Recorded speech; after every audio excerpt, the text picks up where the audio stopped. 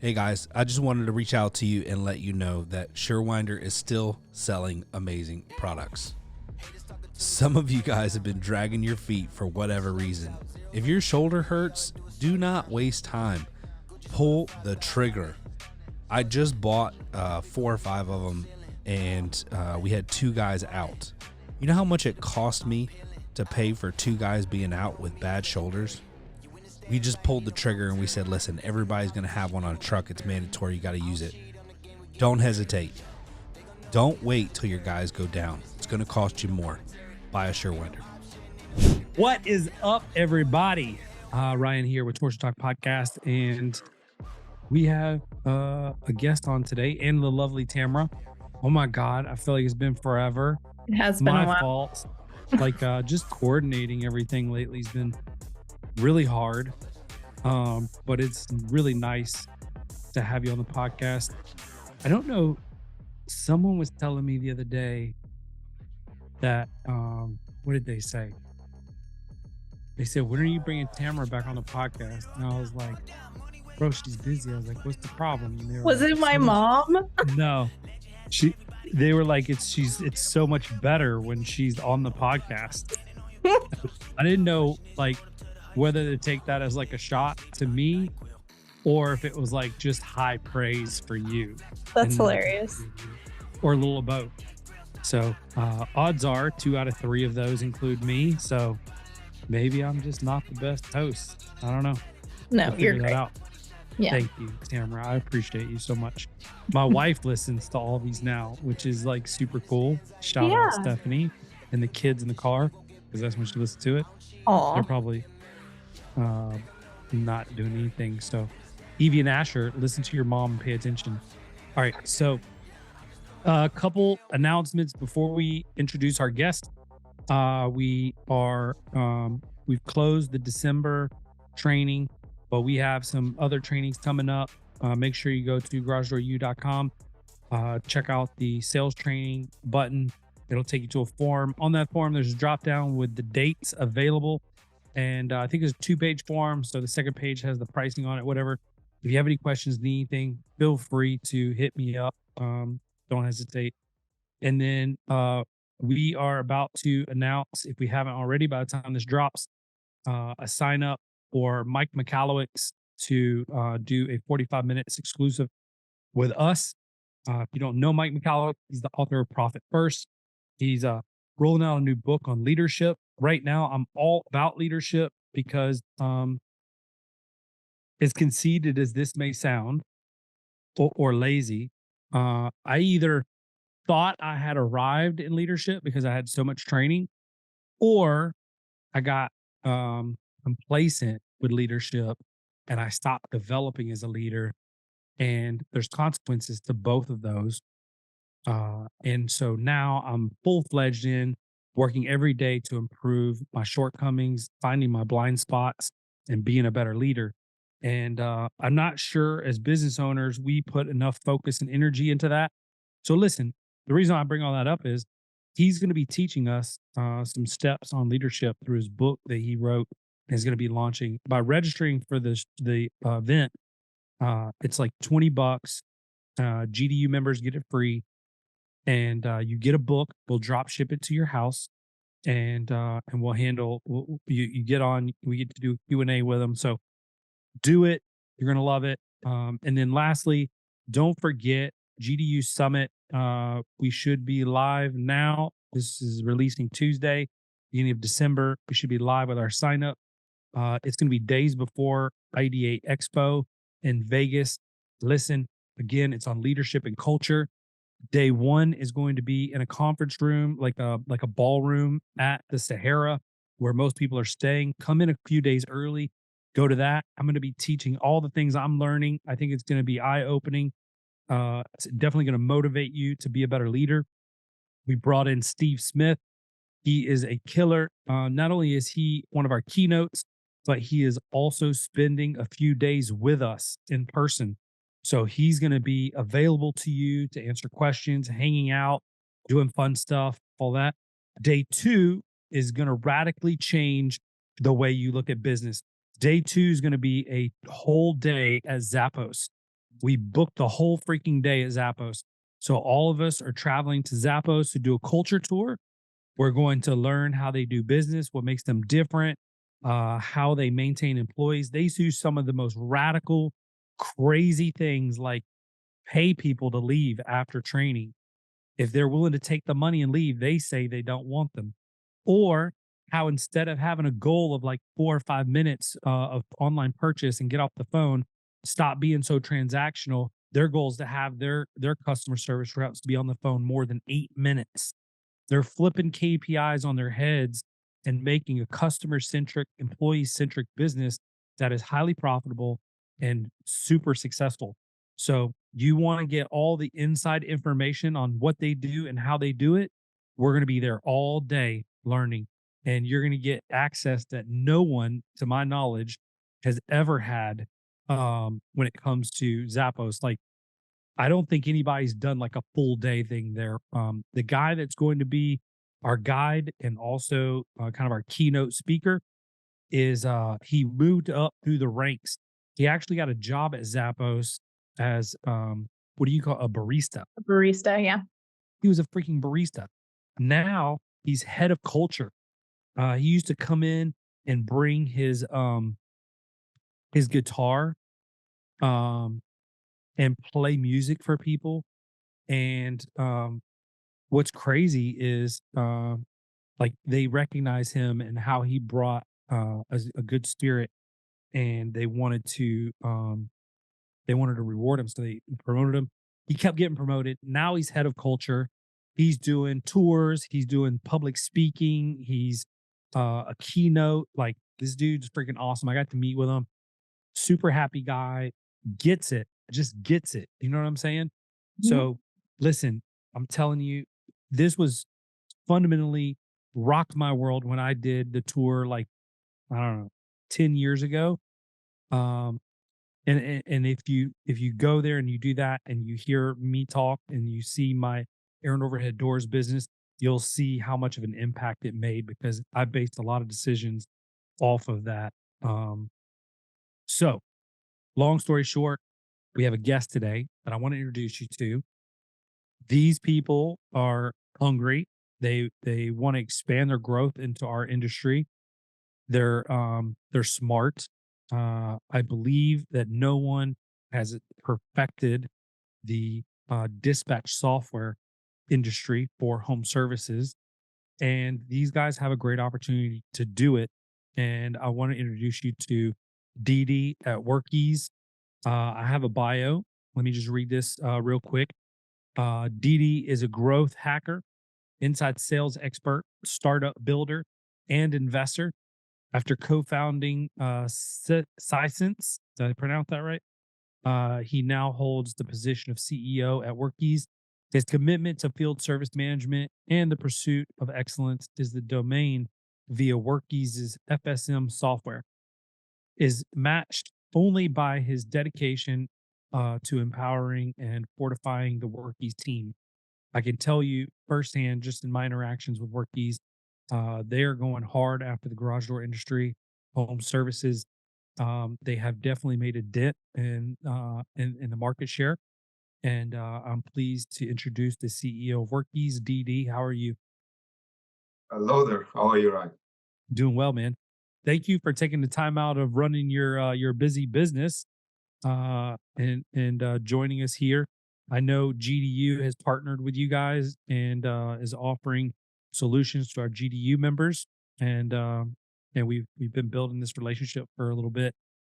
And I think there's a great opportunity for a company like yours to gain a lot of market share over the next few years in the home services industry.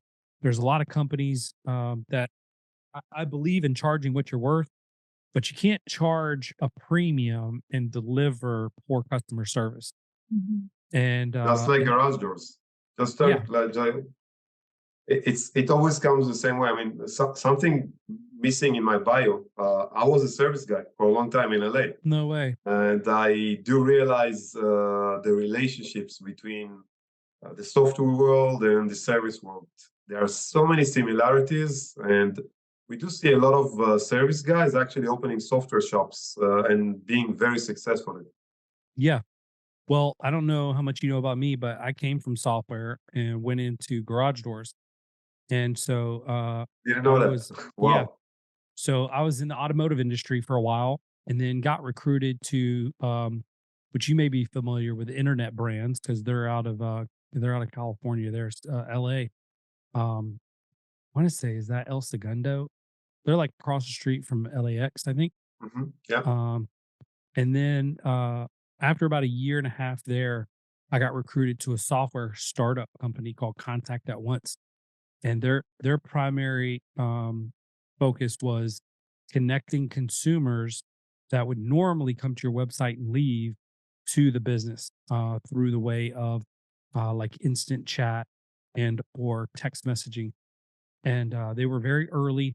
They patented um, a live chat button or text link in paid advertising. Um, and they ended up, well, we ended up closing some pretty big deals with some big manufacturers, including like Ford Direct, and we got into Auto Trader and Cars.com, and deployed our product on their sites, connecting shoppers, and it was very interesting. But I was head of sales there for a while, and led the sales team, direct to dealer team, and then that company got acquired, and about 8 9 months later they started layoffs, and I was pretty much on the first round of that. So um, I'm uh, I'm I'm glad to be in the home services world.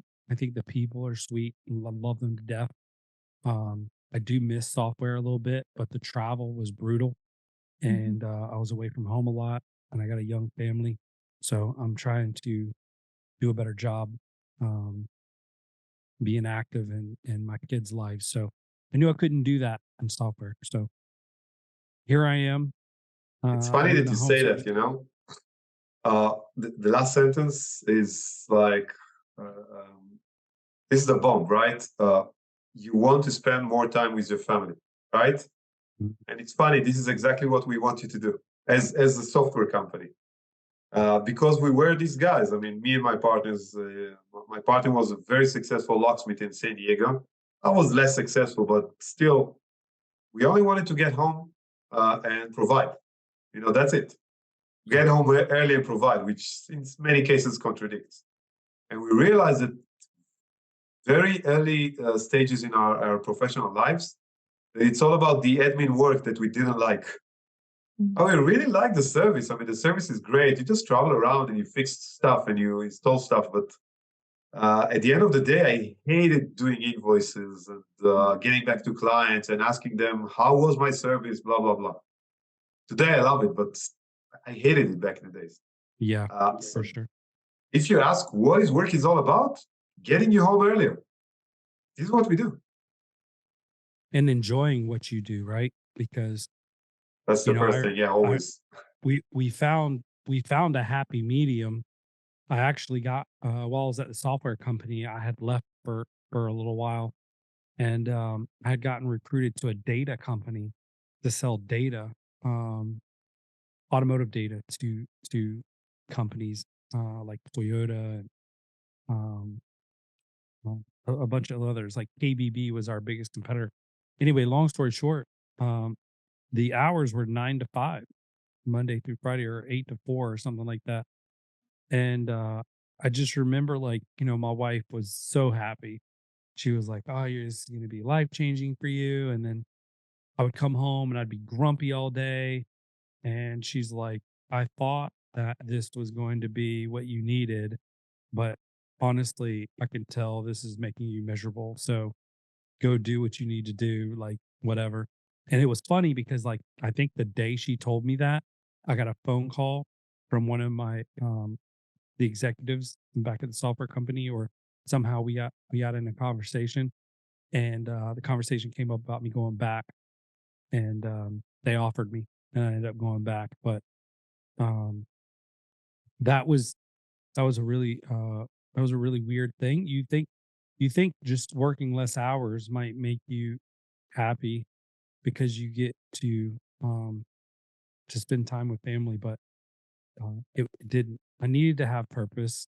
I needed to believe in what I was doing, and still want to spend time with family. So just the time with family wasn't fulfilling, right? I think Well, I it's a lost the great point. purpose there. So Didi, tell me a little bit about how Workiz got started, man. Like, I imagine you in a garage somewhere, frustrated, writing everything down or something, and then being like, "Screw it, I'm gonna start my own software." Like, how did this thing get started? So basically, again, you're running a service business, and suddenly you realize all the hoops that you need to go through in order to be successful. When you're one guy, it's easy. I mean, for me, it was, traveling the 405, and I'm old, right? So I was using payphones back in this. But at some point, you realize that in order to grow, you need to start advertising, hire more people. This is where the real challenges comes by. You need to basically put a lot of work in order to make your business successful. It's the hiring, training, retaining. I mean, all businesses have them, but then you need to feed these guys, right? So what should they do? Should you hire subs? Should you hire full-time employees? And then you need to feed them full-time. So you need to start advertising, but then you don't really know what's working and what's not. So if you're smart, you hire somebody. If you're stubborn like me, you would hire somebody cheap and then try to learn it the hard way. But at some point, you realize that many of those tedious and admin tasks can be automated. So my partner basically realized very early in the days that in order to have 30 technicians in the entire West Coast, he needs to automate most of the things that he does. Mm-hmm. So he started his, they brought in servers to the office. It was again a long time ago, with routing phone numbers from Google Ads to the right technician. Within time, you got really on all these guys that basically helping you to do just those things much cheaper. Yeah. And selling this company in very high profit, many people came to him and told him, "Dan, you should do that for us." And after a few years of advising those guys, I said, "Well, everybody needs the same thing. They need a way to automate their scale." So it started from a locksmith, word to mouth, a few hundreds businesses around the West Coast. Everybody really enjoyed what we were doing. We were damn cheap back in the days, and the word came to carpet cleaning, garage door, and it just grew and grew and grew to the point that it is today, where we're serving about 100,000 technicians in the United States today. We have hundreds of employees all around the world, some in Israel, some in San Diego, some in New York. And that's what I like most about what we do as a company. Yes, we're a CRM for field service, but what we really do is helping those guys grow without investing more time, without spending their weekends on just going over unpaid invoices. That's what really makes me and Dan happy.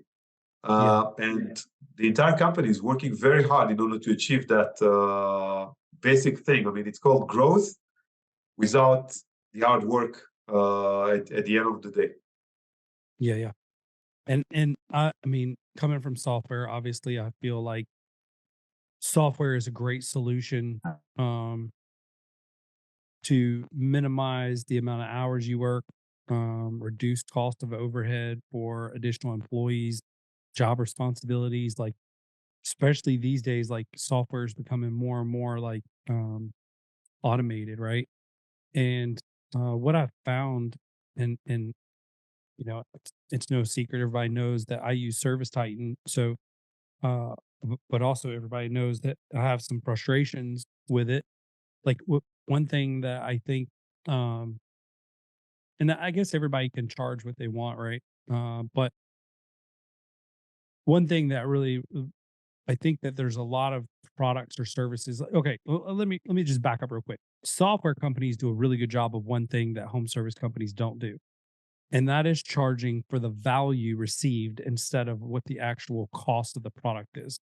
Right. So let's say for instance, you got server time, you got developers, um, you got UI, UX people, you got support people, you got sales people, you got your executive team. Like all that is labor intensive, but there's very little um to no overhead as far as like products concerned, right? It's mostly labor for the most part. Um so with that, I would say like if you're going to be a premium service, I'm okay being charged what it's the value perceived by the company selling it, or like based off of the amount of money maybe they save you or enable you to make. Where I think I get frustrated with software is when they kind of nickel and dime you for everything, right? So um Service Titan in the beginning was phenomenal. I think they took a bunch of investor money and shift their focus from consumer to satisfying their shareholders. And what you saw was a shift in mentality where instead of developing the product to make it better for current users, they developed the product in order to charge more.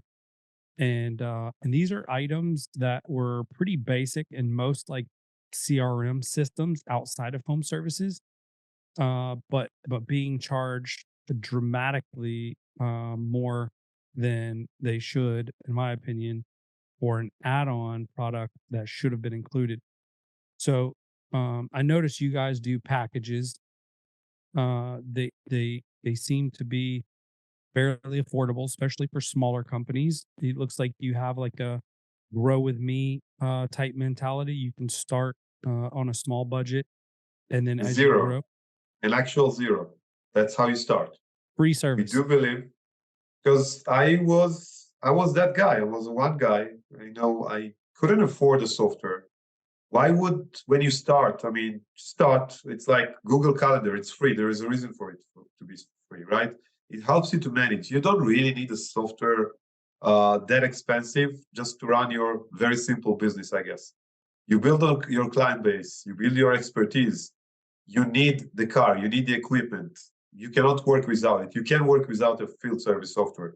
However, with field service software, you can be more successful. We figured out that if we're going to if it's easy enough to use, and we're not really want to sell to these one-man,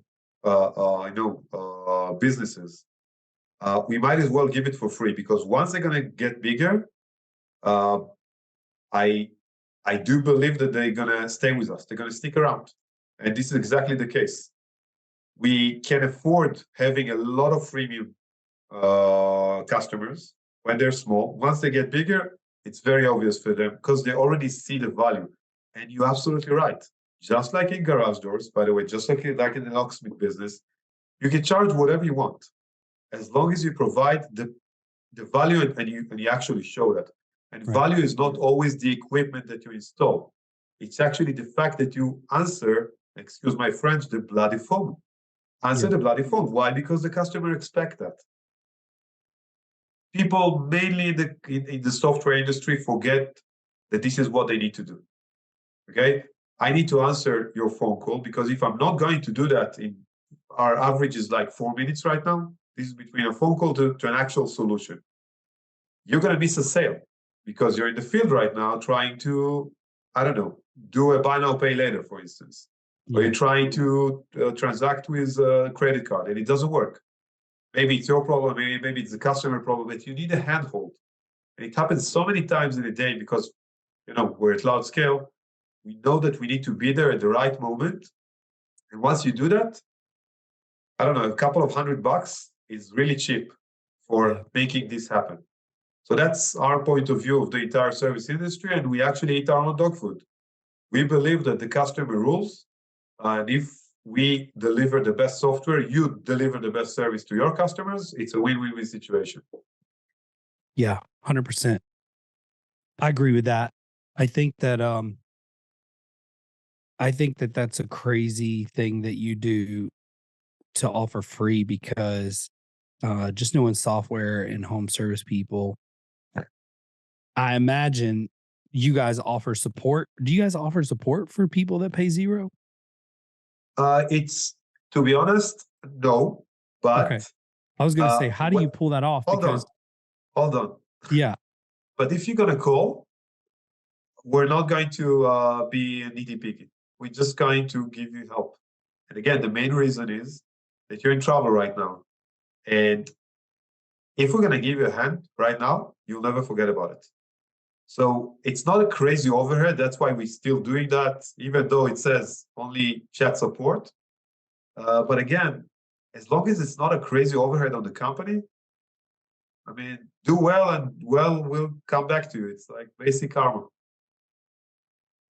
I think that's amazing, right? When we're talking about the power of WoW, the book and Zappos and culture and the way they built their business, it's a very similar mentality to what you're explaining now, right? I often equate it to crack in the early, what was that, late 80s, early 90s.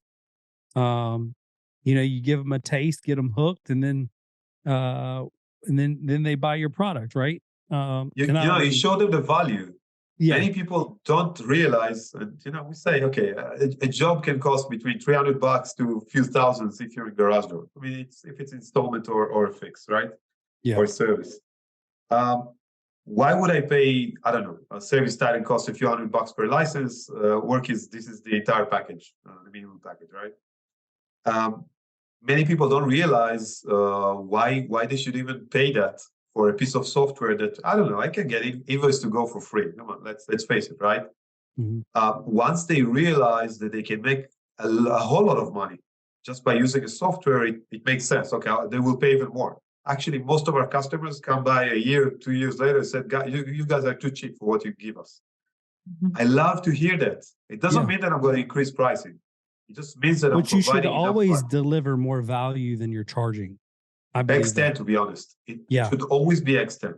Always. Jake Wold made a great comment. When he was on the podcast last time, he was talking about how he hired Megan Likes as like a fractional CFO. Yes. And Megan told him, hey, you got to raise your prices. And he's like, I can't raise my prices because I haven't figured out how to deliver more value. I'm not going to raise prices just to raise prices. I will raise prices, but I first need to figure out how I can increase the value to justify the price increase. And I think every business owner should be working on that and trying to figure out, how do we deliver more value all the time? All the time. Absolutely.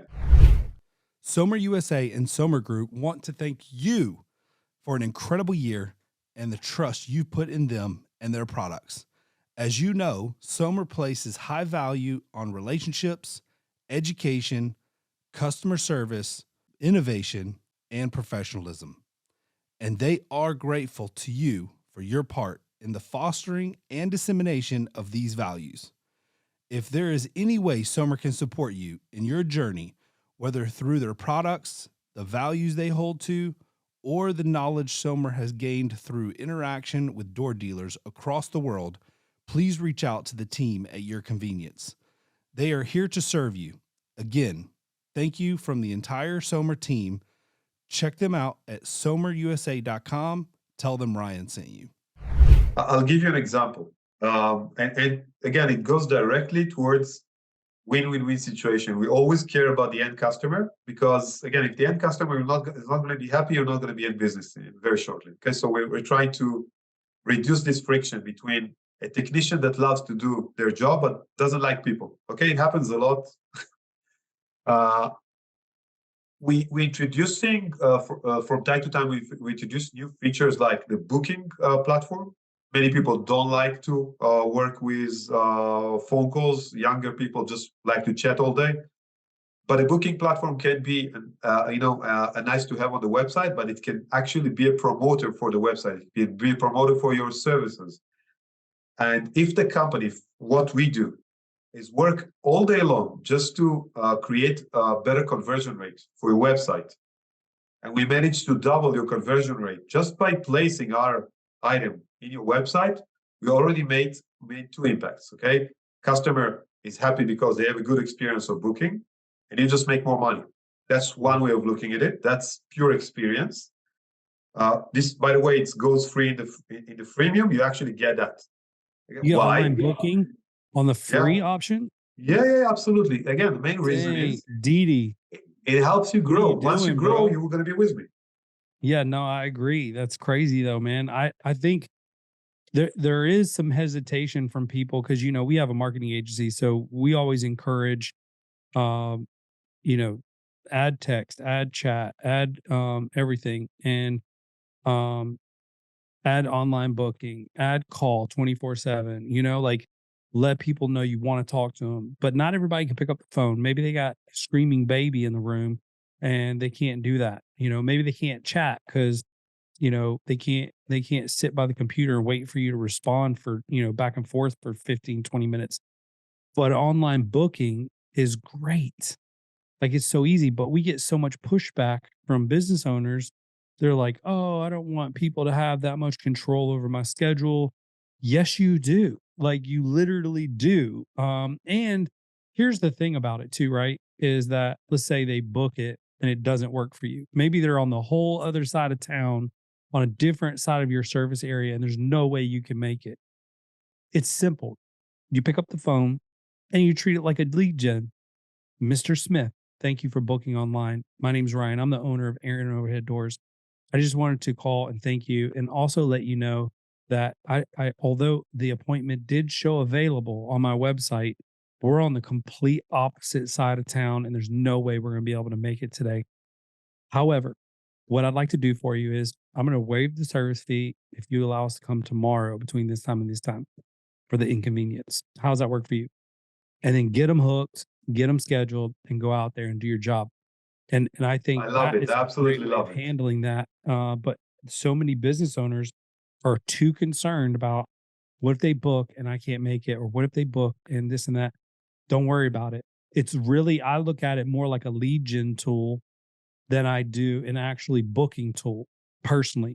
And so I want to, most businesses are like you, exactly. By the way, more than 80% of the businesses, this is what we call an unscheduled jobs. And you have a message at the end of the booking. This is like only a placeholder. We're going to call you to confirm. I didn't hear too many calls, and because we're also an embedded phone system. We didn't hear too many calls that people are actually canceling those jobs. In almost 100% of the cases, you gain about 11% conversion rate just on adding a booking widget to your website. And if you don't do that, you're missing a lot of jobs. Yeah, I agree. And I don't want to make this all about the booking feature, but I think it's great that you add that into the freemium option. Like, I think that's really cool. So congratulations to you. I mean, and the fact that, you don't advertise that you support the free option, but you're willing to be there in the event of an emergency or like a need it type of situation. Because I imagine just knowing software and how it works and knowing kind of the home service industry and the business owners aren't all super tech savvy. That could end up being like the Achilles heel of the business model, like you trying to do something really special and give, but it ends up eating up and you have to overstaff your support team. Like it's easy to identify how much support you need by paying customers, but if you had to add a whole bunch of support for non-paying customers, it throws your numbers off, eats into your profit. So I definitely see that being an issue that you have figured out a way to overcome. So congratulations to you. And I think it's a huge win for these small startups and, one-man shows that like to use your software. They are growing with us. I mean, tremendously. I mean, it's a big success for this entire initiative. So obviously we're doing something right. And to your point, very much like garage doors, if you're going to install a quality system and it's going to be easy to operate, you're not going to get too many service calls. And only once they're going to need to replace, I don't know, the annual service is going to be there. Great. But other than that, you're not going to have a great overhead. And as an evidence, Workiz is, and you can see it on my background, right? We're almost #1 in every category in field services for ease of use. We are really trying our best for people not to call us because it needs to be damn simple. And if it's not that simple, we're going to change it to be damn simple. Because otherwise, it's just going to take months over months to onboard somebody. Mm-hmm. We want technicians to have an app that is self-explanatory. Nobody needs, 3-4 days, few weeks of training just to work with the software. Like you don't need to do that with a driller. You just take a driller and you push it, and it works, right? Yeah. Of course, it doesn't always the same with service, right? If you're an HVAC guy, you need to learn a lot in order to be in service. But most technicians do not need that. I feel like this is a good topic too. We talk a lot about answering the phones, and everybody wants the phone to ring, and everybody watches the phone volume. But how many people are tracking email leads and online bookings and making sure that those are increasing? The business that I used to work with was all about working with call centers too. And what's interesting about call centers is they quickly found out that when they implemented features like live chat, like instant messaging and chat on the website, is that they were able to handle multiple at the same time, ultimately being able to reduce the overhead staff and making the call center more profitable. But the main challenge that they had was the interruption of the unanticipated phone call, right? Because they had to be available. That's the key. Like, if your answering service doesn't answer the phone, then it's non-existent. Like, there's zero value there. So you had like a lot of these support type companies that would hide the phone number and try to push you into live chat or like an email form, right? Because it makes it easier for them to address those things, either multiples or in times when call volume was lower. And I don't think, like, as service companies, that we look at things with data driven mindsets and like what days are our busiest days for phone calls and emails. And when I add this live chat to the website or online booking, how does it affect my phone calls? And the data that we had back in the day was there was very little cannibalization of phone calls or emails when you add live chat, but there was like a 20 to 30% boost in overall leads, right? And there was more cannibalization of emails than there was of phone calls, which just told us that people didn't want to call, or the people that did want to call absolutely wanted to call. That was their preferred method of contact. But the people that wanted to fill out forms, there was a small percentage of them that would rather have the answer quicker through live chat. Where the backlash comes in is that the live chat can be the death of you too, right? So like if you don't answer the live chat, the expectations of someone who's starting a live chat, knowing there's someone on the other end, is I think, if I recall correctly, it was like 20 to 30-second response at the beginning and in between interactions. So it definitely puts a stress on a small business like a garage door company. If you got one person that's answering the phones, booking and live chat and all that stuff. But that's where it's so great, where now you got like AI and you got all these built-in like parameters, if this, then that type of thing. So can you elaborate on any data that maybe you guys have like that could be helpful for business owners in the garage door industry? Absolutely. So as you mentioned, timing is crucial. So the sooner you answer, you have better odds of closing the job. We clearly see that as time goes by, cancellation rates and just we call them win rates are much lower. So it's called in the sales industry, to punch or not to punch right now. So answering immediately is crucial. There will be unanswered calls. So we also have stats about 25 to 40% of the calls are not answered, specifically in non-business hours. But guess what? This is when people are calling you in many cases. Just for that, I mean, you're talking about AI and automation. We do all bunch of it.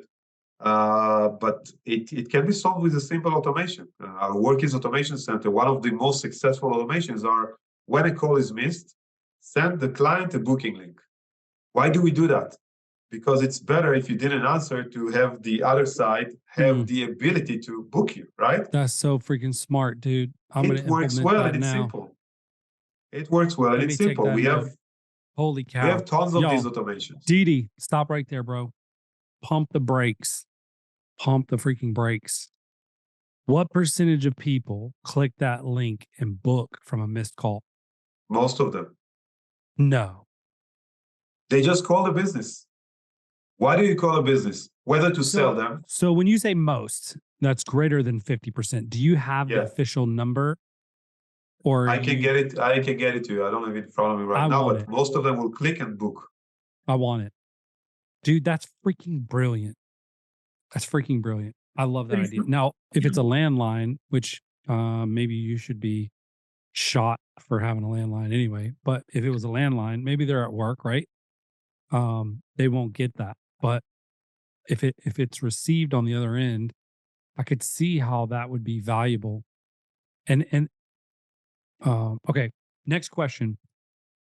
You don't answer, go to voicemail or go to call center, like a third-party call center?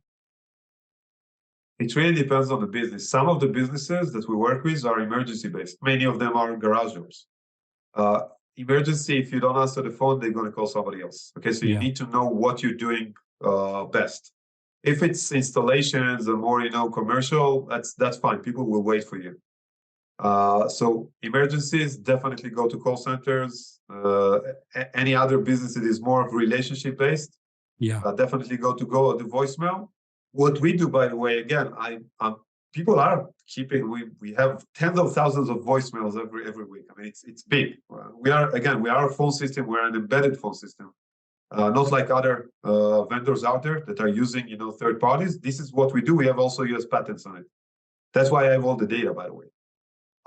People are leaving voicemails. Unfortunately, nobody is listening to them. Okay. Right. So what we do, because we know that, we transcribe and push them as leads. We just take the data. It's easy to do, right? You extract the information and push it as a lead. So you know the name, you know where they called from, obviously. You know what they want. And once you have it on text, again, we drive the action from the business side. And it's much easier. When everything goes into one system, it's not a voicemail anymore. It's basically an incoming lead. And once it's an incoming lead, usually the dispatcher or the owner will get back to them. Mm-hmm. If somebody's calling, you cannot answer, as you mentioned. A baby is crying. That's a good way of, a good example. But if it's a text message, getting back to you in a second. Ryan, I see what you need. Getting back to you tomorrow, 10 a.m. Again, the response time is crucial. It's not when you're going to get there. It's how fast you reply to the customer. It usually creates almost 100% win rate. Huh. Okay. I mean, can't argue with numbers. And I'm a big fan of data. We love data. Yeah, me too. You want another piece of information? Give it all to me, bro. Tipping. Spoilers. Tipping is big, okay? Actually, the garage door industry taught me that. Retaining your employees is super challenging. The best way to retain your employees is obviously to pay them more, which is hard in many cases because you're trying to build a profitable business. Very much like the restaurant industry, tipping is common. I didn't know about it. I mean, I knew that we had this feature before, but it wasn't that robust. Once I'm traveling a lot in the United States just to look for new ways or new interactions, how my technicians are working with customers, and I realized that tipping is part of the game. If somebody did the extra mile, people love to tip. You just need to enable them to do that, right? Yeah. They don't have cash, and it can be through Zelle and so on. But if it's not easy, they're not going to do that. Yeah. Starbucks knows about it for ages, right? The Starbucks way. Just turn the screen to you. Why a technician shouldn't be able to get that? You don't have to if you don't believe in that as a business owner. But to be honest, 40% of the transactions are getting tips. And what is more surprising, that the average is 11%. Doesn't matter what the ticket size is. The average across the board in any industry is 11% tipping. Now, from my perspective, these two numbers means only one thing: 5% on your top line. That's 5% that you didn't have beforehand. That's only enabling one feature only. Now, again, it doesn't happen too much in commercial, but if most of what you do is residential, you're just leaving money on the table. Well, aren't you giving that money to your employees? So it's not really going to be like a profit. And here's the thing: they are the most important asset of yours. Hire them, retain them, train them is more expensive than you can imagine. If you don't understand that, don't go into the service business. Just work alone. Yeah. Your employees are your most important asset. These are the guys. That's the benefit, right? It's not so much like net profit, more so than it would be like, well, what happens when your service professional makes an extra $400 that week in tips? You can afford hiring more expensive people, smarter people that are more sales savvy. When they get to a garage, they don't just say, okay, let me fix your engine or whatever, right? They're going to go over the checklist that you actually asked them to do. They're going to go over the checklist and actually provide you with pure profit. Again, it all goes by to the quality of the people and how long they stay with you. This loyalty, this relationship between the owner and the employees is getting into the bottom line. These 5%, it's just the tip of the iceberg in many ways. Yeah, that's good data. I like that. So you guys have that built into your product during checkout. Yes, and again, it's supposed to drive better customer service. Yeah. You don't need to force your customers to tip you. Obviously, they don't owe that specifically in the service industry. But if you drive through, I don't know, traffic right now for 2 hours just to get them away of the garage because they need to go to work, and you're smiling and you say, okay, let me save you. Yeah, I'm going to save you. Just bear with me. And you give them the extra mile, most people will tip you. That's awesome. I agree. And I think that's huge. It would be nice if we had that feature, because I don't think we have that in Service Titan.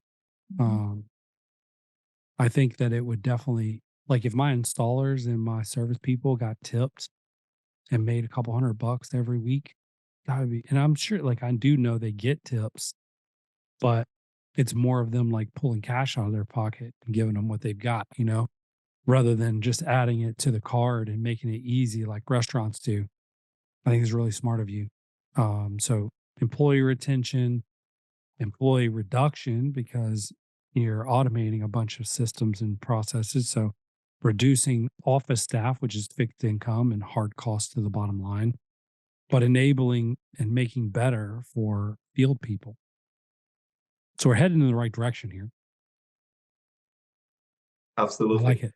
Now, the goal is to make it simple. Make it simple. Yeah.